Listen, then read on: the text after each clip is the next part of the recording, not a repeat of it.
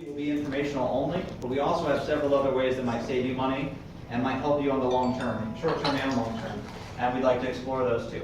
So when we meet, we'll probably go through this product, that product. We'll fill out some information on you, and really that's how you do it. If you set that expectation in the beginning, the business sells itself. I mean, it's almost a guarantee. A great example of this I've got, and I used him yesterday too, is Ron Bauer. Ron was anti-student loan forgiveness. He's like, I don't have time for this, I'm already too busy. Now, oh, hold on. Yeah. Who in here knows who Ron Bauer is? Very successful. Okay, we're going to, he does, how much do you think he did in flex annuity last year? 4.2 million, I think? 4.2 million in flex annuity last year. He's been with the company 30 plus. 30 plus years. He's Hall of Fame more times than most. I mean, this is a big time agent that basically said, I'm pretty successful, I don't need student loan forgiveness. I have completely converted him. You guys are familiar with Saul and Paul in the Bible? That's actually what happened here. He went from killing, hating student loan forgiveness to I'm preaching student loan forgiveness to every one of my schools, because the ones that I don't have access to, I'm getting in now. My LPs are going to do it. My reps are going to know about it. They're going to send out information. And his 403B conversion ratio is in the 90%. Everybody that talks to him where he's got a slot will sign up for a 403B unless he tells them that it's not in their best interest, which he does, because he cares. It's truly remarkable how if you set the expectation that we're going to do this to free a dollar, something else Marita harps on all the time, save dollars, find dollars for educators, and serve them by providing these services, it's really easy to do what we do. So back to the presentation, real quick, we'll knock this out before lunch gets here. This presentation should take 20-25 minutes for your teachers. It's taking us a little bit longer to get through because I want to share some of the tips and tricks and kind of what I say, but yeah. Good though.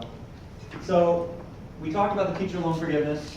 It's good, but we'll get into why it's maybe not a good solution for everybody. What I would tell you though is if there's a school where you know it's Title I, maybe you want more access, you want more involvement, you know, what does that look like? I would highly encourage you to go to the principal and say, hey, I need your teacher seniority list, I need your book of teachers, because every one of them that's been here for 5+ years is eligible for forgiveness. And I want to make sure they're getting it and that they're not being charged for it.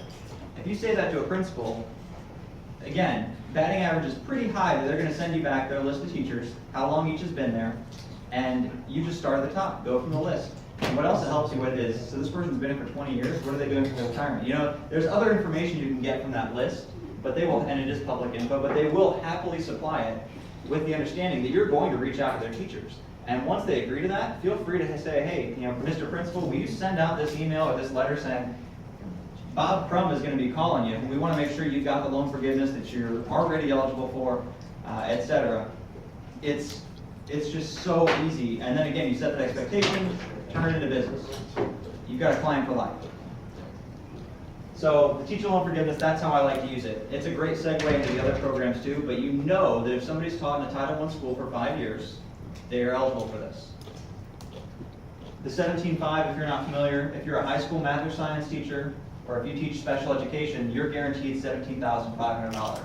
Is it high school only though?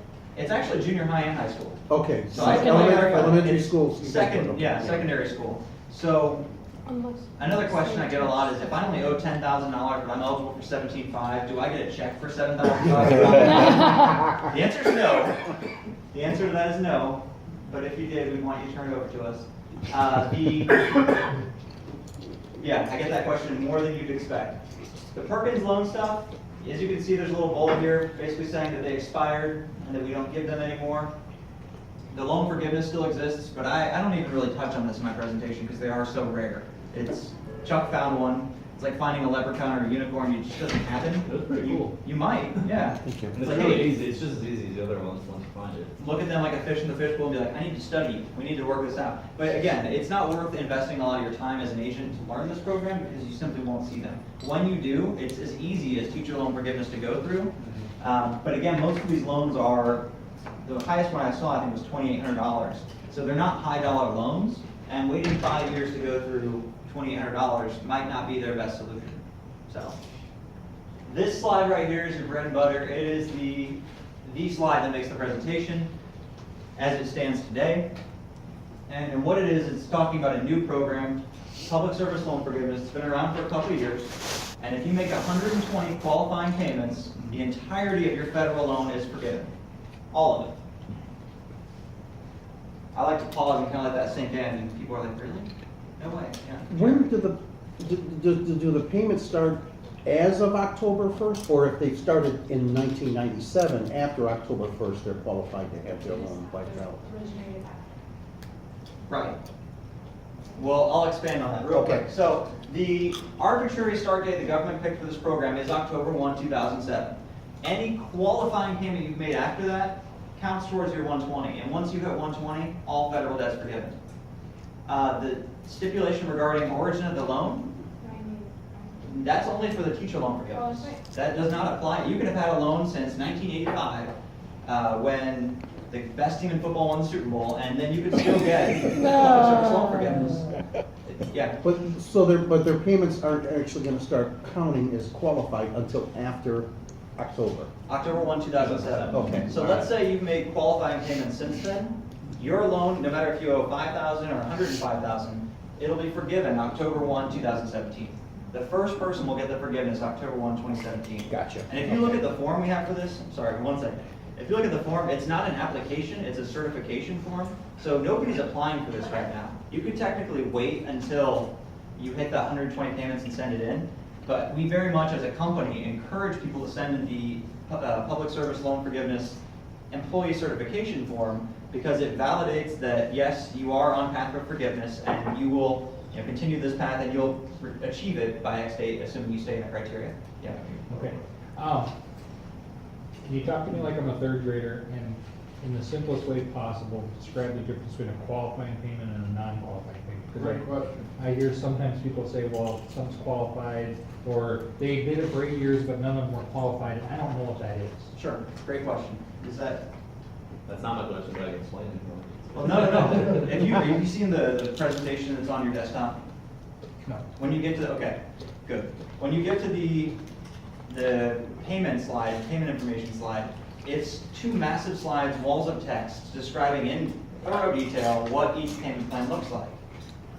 It's completely not necessary for the point of what we're doing here today, which is to set up appointments for you. Condensed it down to this. Standard plan qualifies for public service loan forgiveness. When you first graduate school, it's the first bill you receive. It's typically a high dollar amount. It's one of those ones you open and you're like, oh my goodness, did I really want to go to school? It's $700 a month, and people know if they're on a standard plan. The problem is when you call your servicer, when your teacher calls their servicer, again, we talked about how they don't do them a service, they'll switch them. Their default method of assisting your teacher is by putting them in one of these two plans.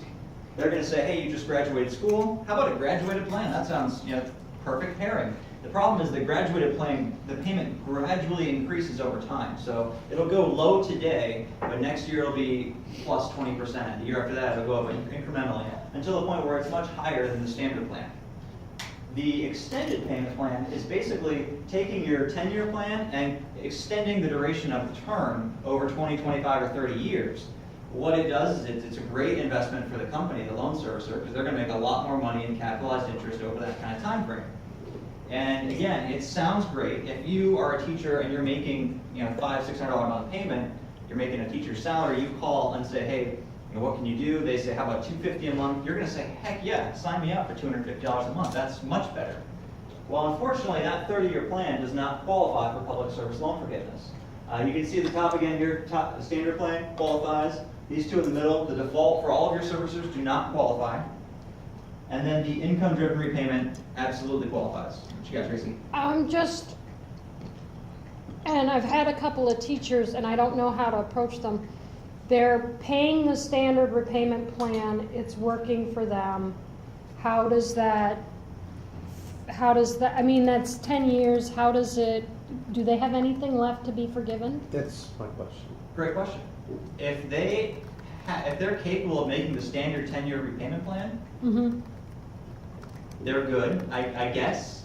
Okay. But if they were to look at the income-driven repayment plan, I guarantee Okay. you that payment would drop drastically based on a teacher's income. I can't guarantee. More than likely, that payment would drop significantly, and they would still be on track to be So paid they off could, after 10 years. they could change their standard repayment plan down to an income-driven, drop a couple of bucks and maybe not have to pay it all. Drop a few $100s and Yep. then, get it forgiven after that 10-year mark. Yeah, Because if okay. they're on the true standard right now, those payments do qualify.